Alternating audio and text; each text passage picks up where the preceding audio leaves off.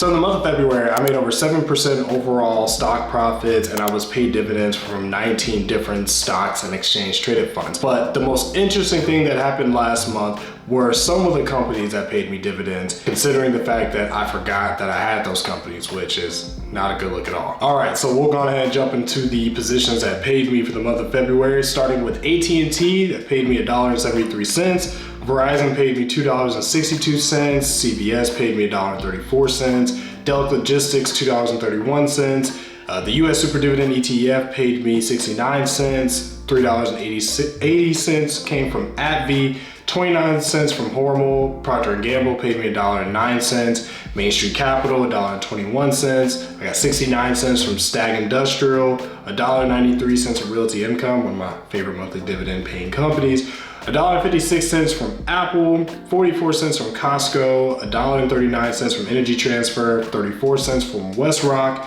94 cents from SPHD, 50 cents from Schwab, $1.30 from Starbucks, and $2.37 from QYLD. And that put me at an overall total of $26.54 for the month of February, which was actually 45.5% higher than what I was paid in the month of February in 2023. And that puts me at an annual total of $47.33 so far. On top of that, currently my average is a little over $23 per month, even though it's been 2 months. I anticipate that getting a little over $25 since according to TrackYourDividend.com, my annual payout should be a little over $300 in dividends, and that's assuming I don't invest into this portfolio again. So when I was originally looking at all the positions that paid me dividends last month, I noticed 3 different companies that paid me that I honestly completely forgot that I had. And forgetting positions in your portfolio, in my opinion, may not be the worst thing, especially if you have a substantial amount of stocks in your portfolio, but when you invested into them, you knew that you were confident enough to buy and hold them forever. But it could be a bad thing if it results in 1 or 2 of these situations. 1, you don't remember what the company does. And 2, you don't remember the stock or dividend growth history of that company. Unfortunately for me, as embarrassing as it is to say, it was both. One of the positions that paid me and I forgot I was investing into this company was WestRock. I looked into WestRock and it has a pretty positive growth history with 20% growth over the past 5 years, including a 41% growth over the past year, which isn't so bad. The dividend details on the other hand aren't necessarily as exciting. It has a 2.71% dividend yield and a 5-year growth rate at -8%, primarily due to the significant drop it took in 2020. Speaking of growth, it has 2 years of consistent dividend growth,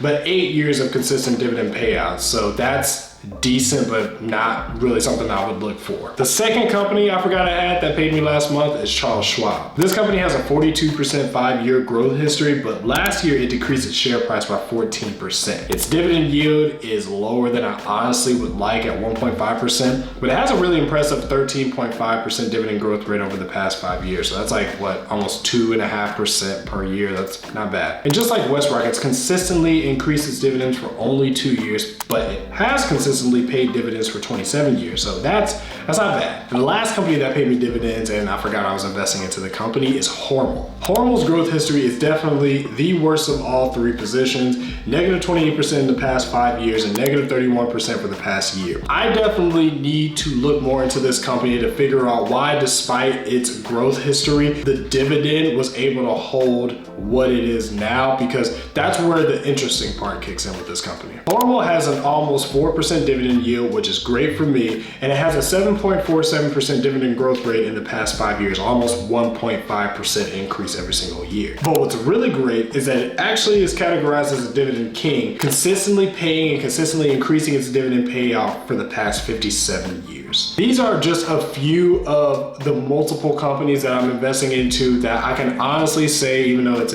embarrassing to admit, I honestly don't know much about them. And I know for you, that's going to bring up questions like, well, why did you invest into it in the first place? What motivated you to do it? And that's something I'm definitely going to cover in a future video, something that I'll release very, very soon. And I'm gonna do that because it's been a while, especially with these companies. 2 of these 3 companies I hadn't invested into since 2019, so it's been a very long time. I got to this point of being really concerned about the positions I had in my portfolio, which everybody should be.